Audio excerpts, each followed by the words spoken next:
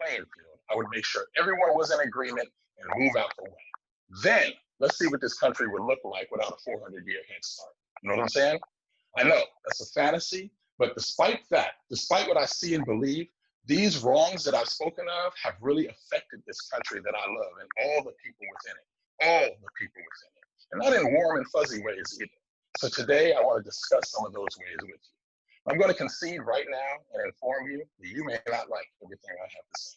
You may find yourself feeling defensive and a little uncomfortable. I'm okay with both of those, or any other emotion you may feel. I'm okay with it because some of my words may cause you to take a long, hard look in the mirror. And mirrors always reveal the truth. So I present to you nothing but the truth. So truth, to reveal the hate. I'll say it again, to reveal the hate, T-R-U-T-H. Let's start with the T-R, to reveal.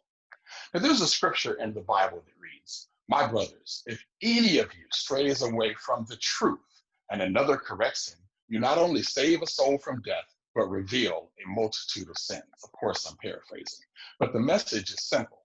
The truth is a constant. It doesn't shift. It doesn't depend on positioning. There is and has always been one truth. The truth represents what's right. Then the straying away from the truth make you wrong? Yes, it does. How far you stray away from the truth can place you anywhere from the uninformed, or really, I had no idea, let me correct that, to the misinformed. Man, I wish I had known this before. I would have corrected that a long time ago. To being just plain wrong. I don't care what you say. The way I see it is the way it is, or anywhere in between. As I said, the truth is a constant. How far you stray away from it, that's a sliding scale.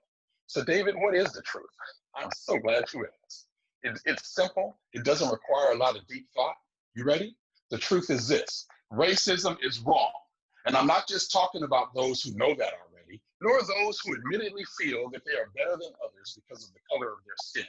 I'm talking to everyone in between. To those people who would take the ultimate level of offense if anyone were to suggest that their words or actions could even be slightly construed as racist. It's the fear of that offense that prohibits us from being honest, from speaking our own truth. We don't want to offend anyone. We don't want to make them feel defensive. We don't want to ruin the mood, so we let some things pass. Why should we have to let things pass to make someone else feel better? And it's not just based on offenses. Conversations about race happen all the time, in coffee shops and in conference rooms, barber shops and living rooms. As long as you're around people who look like you, conversations about race are easy. But mix up the room a little bit, and people start to whisper. They get a little squeamish. You bring up race, and all of a sudden, people start to look around like who is watching, or even better, who's listening. Why? Why is this conversation so uncomfortable? I recall taking two of my sons to Subway one day, one afternoon after school. In the car, we were having a conversation about Black history, and one of them was sharing with me what he had learned about Frederick Douglass, who's one of the greatest, by the way, what he had learned about him in school. He was in the middle of his story when we walked into Subway and he saw a room full of white people. He immediately shut up. I asked him to keep going, and he whispered, "Dad, if I keep talking, they will hear." "Who?" I asked. Then he whispered back, referring to the white customers in the establishment. No matter what I said, no matter how much I begged, he refused to finish the story. I even tried to bribe him with a video game. If you know my children, that usually works. But he refused. He didn't want to offend anyone. Teaching moment. Tell him about how he escaped slavery by posing as a free sailor. Say that. You want to say that? Okay. Well, tell him about how he got married and dropped his slave name, Bailey, and picked up the free name of Douglass. You want to say that? No? Okay. Well, tell him about his abolitionist newspaper, the North Star. No? How about how his freedom was purchased? Any of it? I made a complete show of it. He was mortified. When we got back to the car, he said, "Dad, why would you talk like that in front of all those people?" And I told him, because your culture and your history are beautiful. You should never be ashamed of it. And if you don't tell the story, how will they learn? My son is 14. I have some time to work with him. How about you? How many of you could have continued that conversation? Imagine this. You and I are acquaintances, business associates, not quite friends, but close enough. This coming Monday, we have a meeting right after lunch at 1 o'clock. So you show up and we start our meeting and you have something green and leafy in your teeth. Would you want me to let you know? Why? Might it cause you a little embarrassment to know you had something green and leafy in your teeth?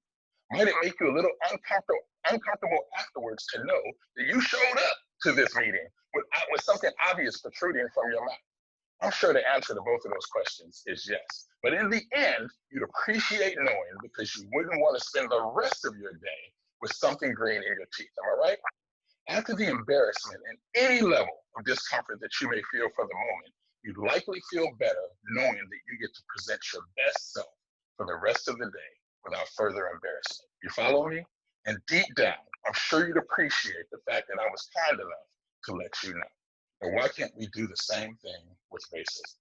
There are a few anomalies for sure, but for the most part, no one wants any part of being known as a racist. Most people want to believe or don't want to believe anything that they do or say could be considered as a racist action or expression. So the next time you encounter a racist action or someone's comment makes the hairs on the back of your neck stand up, don't let it slide. Just tell them they have a little racism in their teeth. When they ask you what you mean, explain it to them. If you need notes, let me know. So the primary takeaway that I want you to have is to believe in the power of your voice. Use your voice, whether you're in the first chair at the front or the 11th chair at the back. Use your voice. When you see or hear something that requires correction, correct it. If you have a different perspective to offer it. You don't have to get angry. It doesn't have to be a riot. It doesn't have to be a confrontation, especially if the other person is a friend, a coworker, a classmate, an acquaintance, somebody next to you in line. You can be courageous and you can use your voice. About a month ago, I was in Starbucks getting my venti vanilla blonde, and I overheard three women talking about the Black Lives Matter movement. And not in the happy, joy fashion. They were really going in. But they were near the door. So as I approached the door on my way out, they got really quiet. They put their heads down.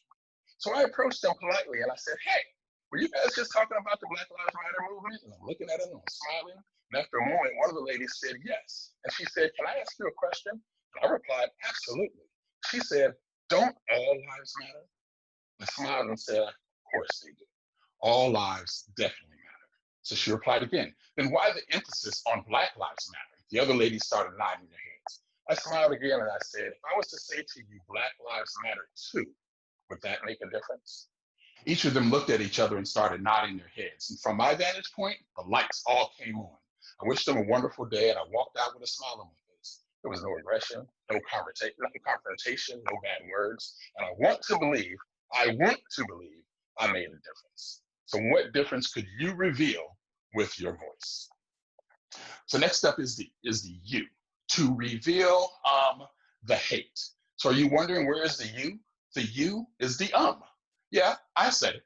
I'm a professional educator with years upon years of educational experience, and I'm purposely using a filler word like Yes, I am. And I'm going to tell you why. Oftentimes, when we speak, the words come out of our mouth a lot faster than our brain processes them. While we're waiting for those words to process so that we don't create silence, we say the word It's not a word that should be used purposely. Use it too many times, and the quality of whatever you were saying is diminished. His thoughts weren't clear. He wasn't prepared. He was confused. Well, today I'm going to admit, yes, I am confused. I'm confused as to how in 2020 a Black man can be murdered, yes, murdered, by a then Minneapolis police officer while three other officers stood by and did nothing. I'm confused at the mentality of a St. Louis couple that would point guns at protesters who were just walking past their house. I'm confused at how a couple in San Francisco can threaten to call the police on a man for writing Black Lives Matter in chalk outside his own house, and even going as far as to say that they know the owner. I could go on because the situations surely do, but in each of these incidents is an extreme incident of white people exercising white privilege and seeing nothing wrong or inappropriate about it. This is about truth, right? I don't have a problem with privilege, white or otherwise. My problem is when those people use that privilege, benefit from it, live behind a wall of it, and have the audacity to act like it doesn't exist. So let me be clear. Privilege exists, and those who have it benefit from it every day. Privilege can come from money. It can come from fame. It can come from strength. It can come from positionality. It can also come from race, or more specifically, color. Notice that no one talks about Latin privilege or Black privilege. And let me show you an example of exactly what that means.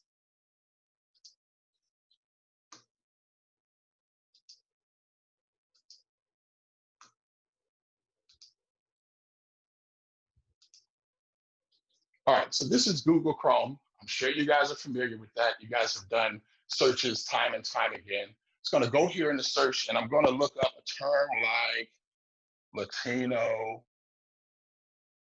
Obviously, I can't type Latin.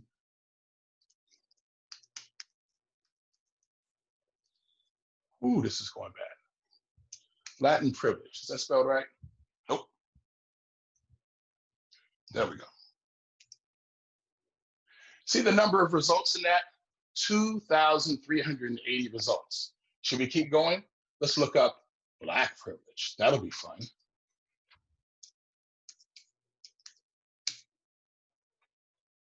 Let's put the space in there.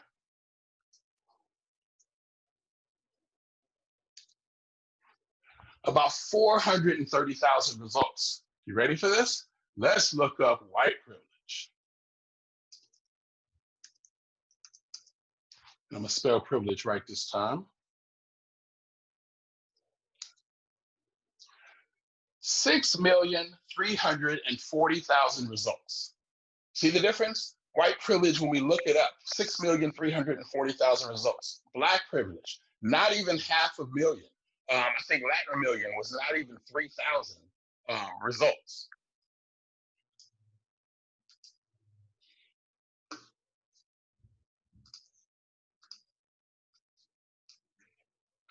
Now, we all know what a reliable source the internet is, right? So like everything, I had to tell my child this, everything on the internet has to be true, right, Dad? And I have to explain some things to him because, we all know that's not true. But a lot of people, especially young people coming up, believe that.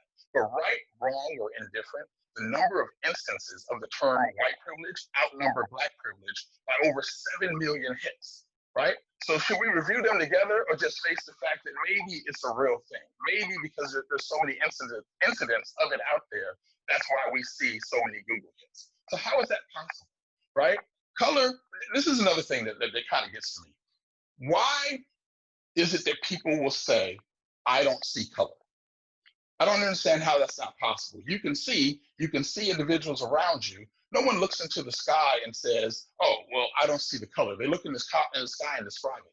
No one looks at a sea of flowers and says, I don't see color. So how can you look at people and not see color?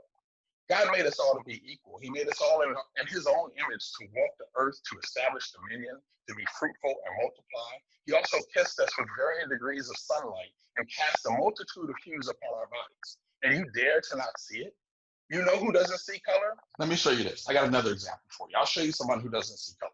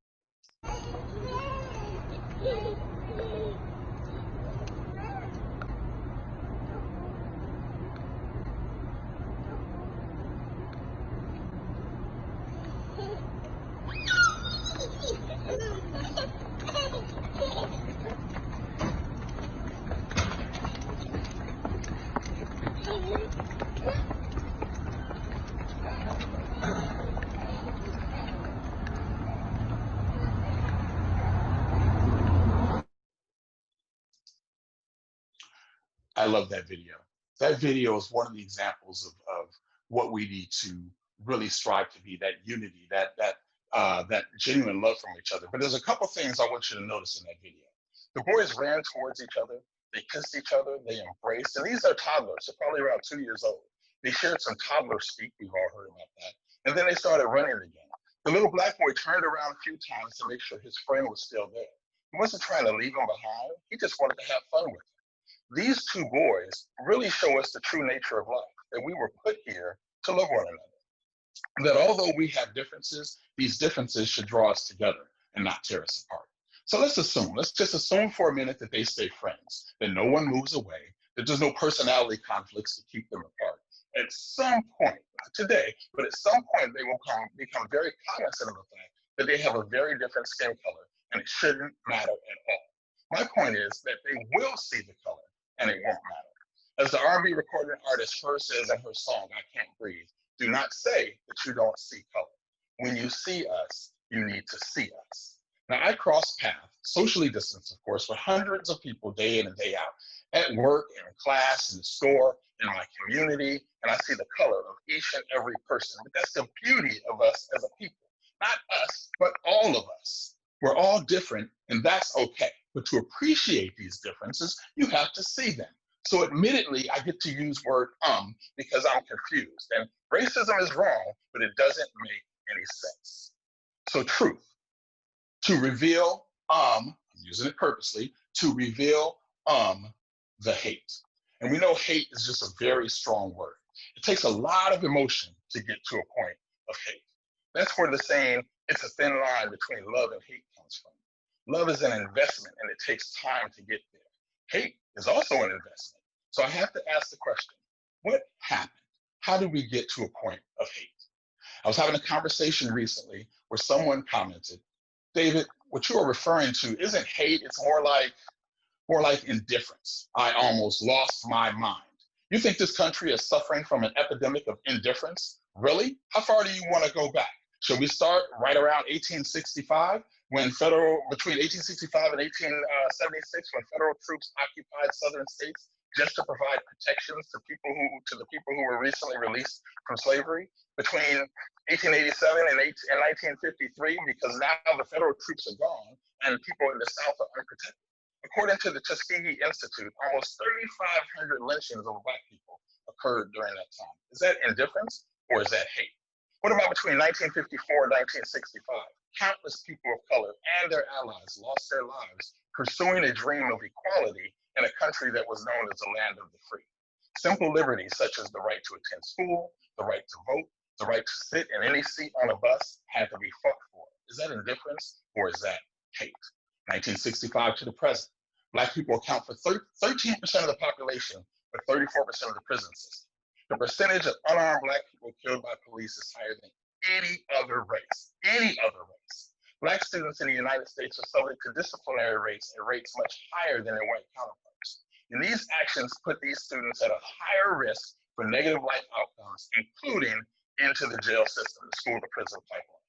So why do I tell you all this? And what does all of this have to do with conversation? With education. Remember, we're talking about truth, to reveal the hate. I have children. Maybe you have children. Maybe you know someone who has children. Maybe you're an educator and you're around children on a day in and day out basis. Maybe with school starting, it might be an online type of environment, but you're going to be there in the face of students and so forth and so on. And these are conversations that aren't going on. The problem is, or the challenge is, or the rule is that everyone has an ability to change the system by using the power of their voice and by engaging in these conversations. And if we're going to move forward, if we're going to have any hope of changing this system that we love, changing this, or changing a system we don't love, but changing a country that we live in into a country that we love, we have to learn how to challenge the status quo, not being satisfied with the present and what it is, but doing what we need to do to change it from the inside. And that starts with conversations. These are conversations you get to have in your home.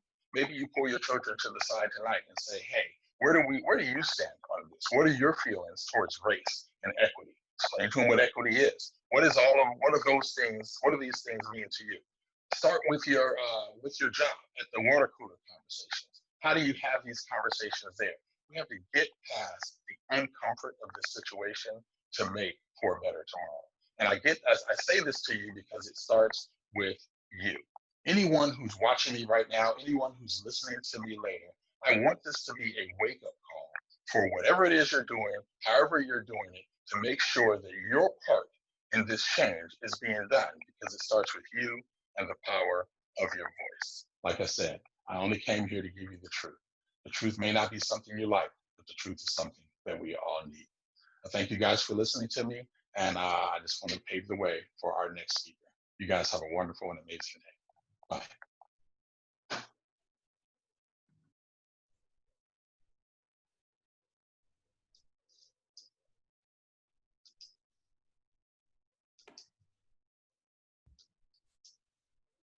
That's a remarkable way to kick things off in the voice of my favorite professor, one of my favorite people in the world, Dr. Cash. That's just a wow, David Smith.